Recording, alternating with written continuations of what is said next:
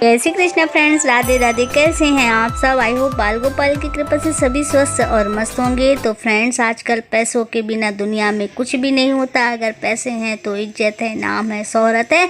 अगर पैसा नहीं है तो हमारे पास कुछ भी नहीं है। तो अगर हम आज आपको बताएंगे कि ऐसा कौन सा व्रत और पूजा करें जिससे हमारे घर में खुशहाली का वास हो। तो फ्रेंड्स, मैंने इसके पहले एक फुल वीडियो महालक्ष्मी व्रत का मैंने डाला हुआ है। उसमें संपूर्ण जानकारी और विधि है। अगर आप उस तरीके से नहीं कर पाते तो मैं आज आपको एकदम सरल विधि बताऊंगी और इस पूजा को करने से क्या क्या लाभ होता है मैं यह भी बताऊंगी। अगर आप YouTube में देख रहे हैं तो प्लीज़ चैनल को सब्सक्राइब जरूर कर दीजिएगा और अगर Facebook पेज में देख रहे हैं तो प्लीज़ चैनल को फॉलो कर लीजिएगा और लाइक, कमेंट और शेयर भी कीजिएगा। फ्रेंड्स, पितृपक्ष हर साल भाद्र मास की पूर्णिमा से शुरू होता है और अश्विन मास की अमावस्या तक चलता रहता है। यह समय पूर्वजों की पूजा के लिए बेहद ही खास होता है। यूँ तो पितृपक्ष में कोई भी शुभ काम करने की मनाही होती है, लेकिन शास्त्रों के अनुसार श्रद्धा पक्ष के दौरान एक दिन ऐसा भी होता है जो माता गजलक्ष्मी के रूप में उनकी पूजा अर्चना होती है। कहते हैं कि श्रद्धा पक्ष में अष्टमी तिथि को माँ लक्ष्मी की पूजा करने से घर में बरकत होती है और लोगों पर माँ लक्ष्मी की कृपा बनी रहती है। शास्त्रों के मुताबिक श्रद्धा पक्ष की अष्टमी तिथि को महालक्ष्मी की पूजा का बेहद ही खास महत्व है। मान्यता है कि आदि शक्ति लक्ष्मी स्वरूप इसी दिन पृथ्वी पर अपनी यात्रा समाप्त करती हैं। इसके बाद फिर नवरात्रि के पहले दिन से अपनी यात्रा शुरू कर देती हैं। माना जाता है कि पांडवों द्वारा अपना सब कुछ जुए में गवा दिए जाने के बाद युधिष्ठिर को भगवान श्री कृष्ण ने यह व्रत करने की सलाह दी थी ताकि खोया हुआ राजपाट और उनका धन ऐश्वर्य दोबारा प्राप्त हो सके। गजलक्ष्मी का व्रत पूजन करने से घर में दरिद्रता और गरीबी दूर होती है, संतान सुख की प्राप्ति होती है। साथ ही माँ लक्ष्मी अपने भक्तों पर सारी मनोकामना उनकी पूरी करती है। माँ लक्ष्मी पूजा करने के लिए प्रदोष काल का समय होना चाहिए।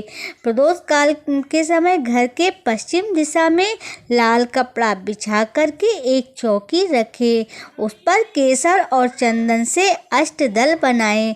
वहां चावल रखकर चावल का ढेर करें। अगर आप केसर और चंदन से अष्टदल नहीं बना सकते तो आप चावल से भी अष्टदल बनाएं। भरकर कलश रखें। कलश में जो कि कलश के पास माता लक्ष्मी की प्रतिमा या मूर्ति जो भी है स्थापित करें। माता लक्ष्मी की मूर्ति जो प्रतिमा होगी वह गजलक्ष्मी वाली होगी। मूर्ति स्थापित करें। पास में ही मिट्टी का हाथी जरूर रखें। माता लक्ष्मी की मूर्ति के सामने श्रीयंत्र रखना ना भूलें। आजकल चांदी के भी श्रीयंत्र घरों में होते हैं, नहीं होते तो धातु के भी मिल जाते हैं। इसके अलावा सोने चांदी के सिक्के पूजे वाले स्थान में जरूर रखें।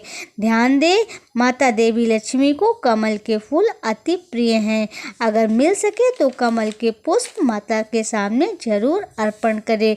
अगर ना मिल पाए तो आप गुलाब या गुड़हल का फूल भी माता को चढ़ा सकते हैं।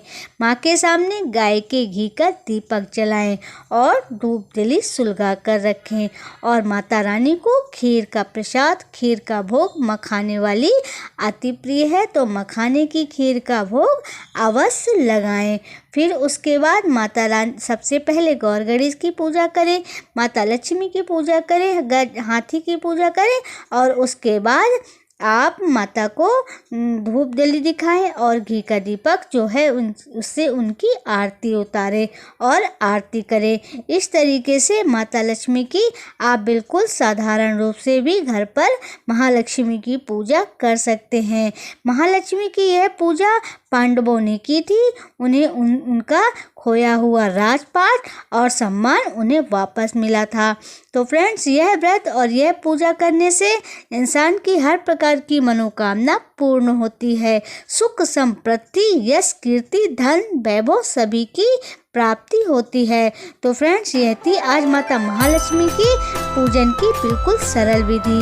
तो फ्रेंड्स, अगर आपको जानकारी पसंद आई तो प्लीज़ चैनल को सब्सक्राइब जरूर कर दीजिएगा, और अगर आप फेसबुक पेज में देख रहे हैं तो फॉलो कर लीजिएगा, लाइक, कमेंट और शेयर भी कीजिएगा। हम फिर से मिलेंगे एक नई वीडियो और एक नई जानकारी के साथ। तब तक के लिए जय श्री कृष्णा, राधे राधे।